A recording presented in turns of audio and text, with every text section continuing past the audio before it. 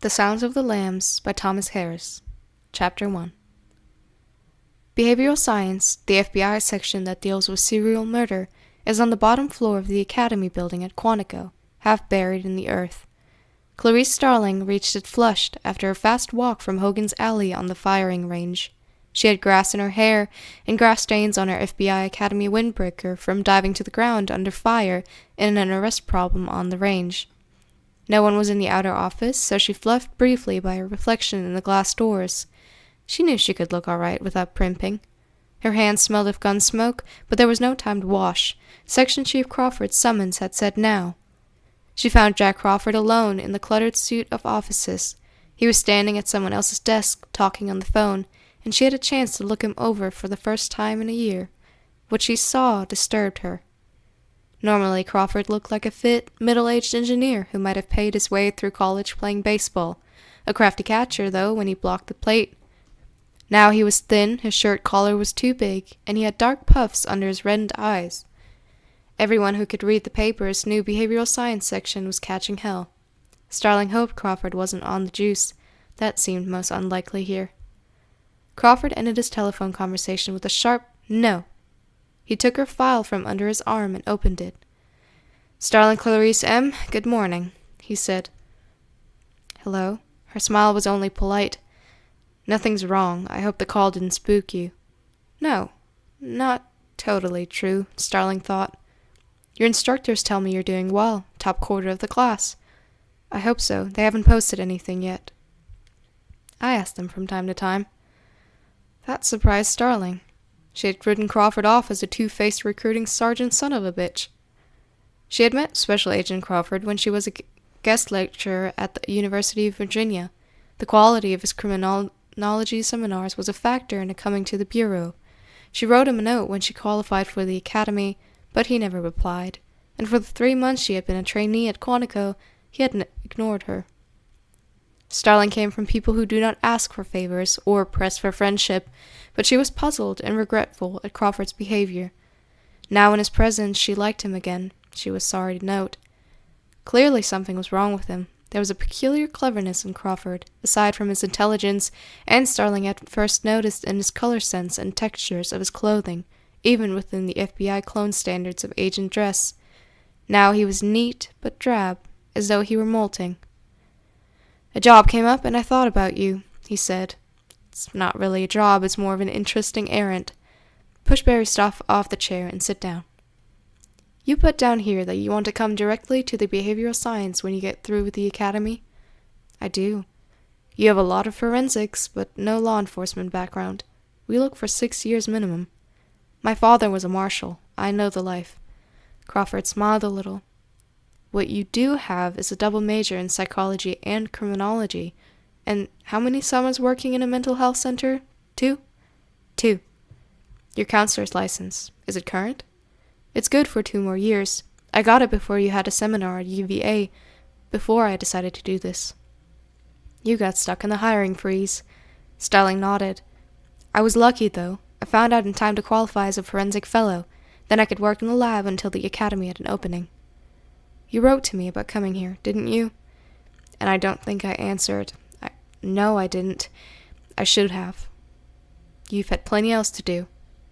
"Do you know about VICAP?"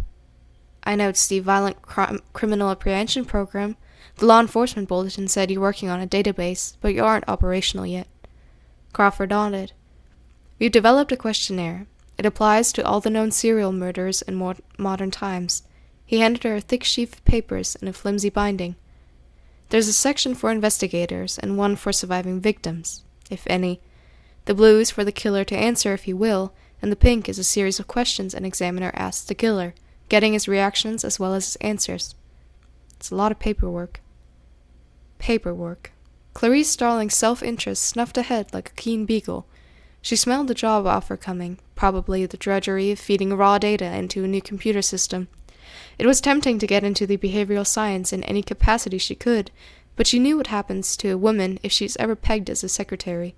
It sticks until the end of time. A choice was coming, and she wanted to choose well. Crawford was waiting for something. He must have asked her a question. Starling had to scramble to recall it. What tests have you given? Minnesota multifacet ever? Rorschach? Yes, MMPI never Rorschach, she said. I've done thematic apperception, and I've given children Bender-Gestalt. Do you spook easily, Starling? Not yet.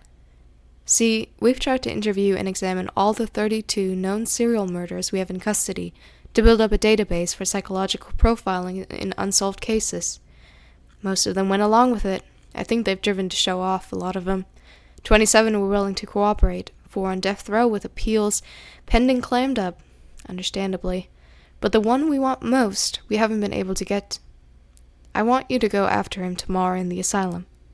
Clarice Starling felt a glad knocking in her chest, and some apprehension too. Who's the subject? The psychiatrist, Dr. Hannibal Lecter, Crawford said. A brief silence followed the name, always in any civilized gathering. Starling looked at Crawford steadily, but she was too still. Hannibal the cannibal, she said. Yes, well, okay, right, I'm glad of the chance, but you have to know I'm wondering. Why me? Mainly because you were available, Crawford said. I don't expect him to cooperate. He's already refused, but it was through an intermediary, the director of the hospital. I have to be able to say our qualified examiner went to him and asked him personally. There are reasons that don't concern you. I don't have anybody left in the section to do it. You're jammed. Buffalo Bill and the things in Nevada, Starling said. You got it. It's the old story. Not enough warm bodies. You said tomorrow. You're in a hurry. Any bearing on a current case? No. I wish there were. If he balks on me, do you still want a psychological evaluation? No. I am waist deep in inaccessible patient evaluations of Dr. Lecter, and they're all different. Crawford shook 2 vitamin C tablets into his palm and mixed an Alka-Seltzer at the water cooler to wash them down. It's ridiculous, you know? Lecter's a psychiatrist, and he writes for the psychiatric journals himself. Extraordinary stuff, but it's never about his own little anomalies. He pretended to go along with the hospital director, Chilton, once in some tests, sitting around with a blood pressure cuff on his penis, looking at wreck pictures. Then Lecter published first what he had learned about Chilton and made him a fool out of him. He responds to serious correspondence from psychiatric students and feels unrelated to his case, and that's all he does. If he won't talk to you, I just want straight reporting. How does he look? How does his cell look? What's he doing? Local color, so to speak. Watch out for the press going in and coming out. Not the real press, the supermarket press. They love Lecter even better than Prince Andrew. Didn't a Sleazo magazine offer him $50,000 for some recipes? I seem to remember that, Starling said. Crawford nodded. I'm pretty sure the National Tatler has bought somebody inside the hospital, and they may know you're coming after I make the appointment. Crawford leaned forward until he faced her at a distance of 2 feet. She watched his half-glasses blur the bags under his eyes. He had gargled recently with Listerine. Now, I want your full attention, Starling. Are you listening to me? Yes, sir.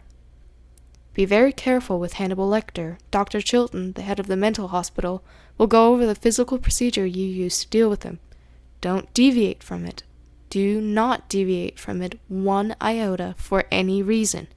If Lecter talks to you at all, he'll just be trying to find out about you. It's the kind of curiosity that makes a snake look into a bird's nest. We both know you have to back and forth a little in interviews, but you tell him no specifics about yourself.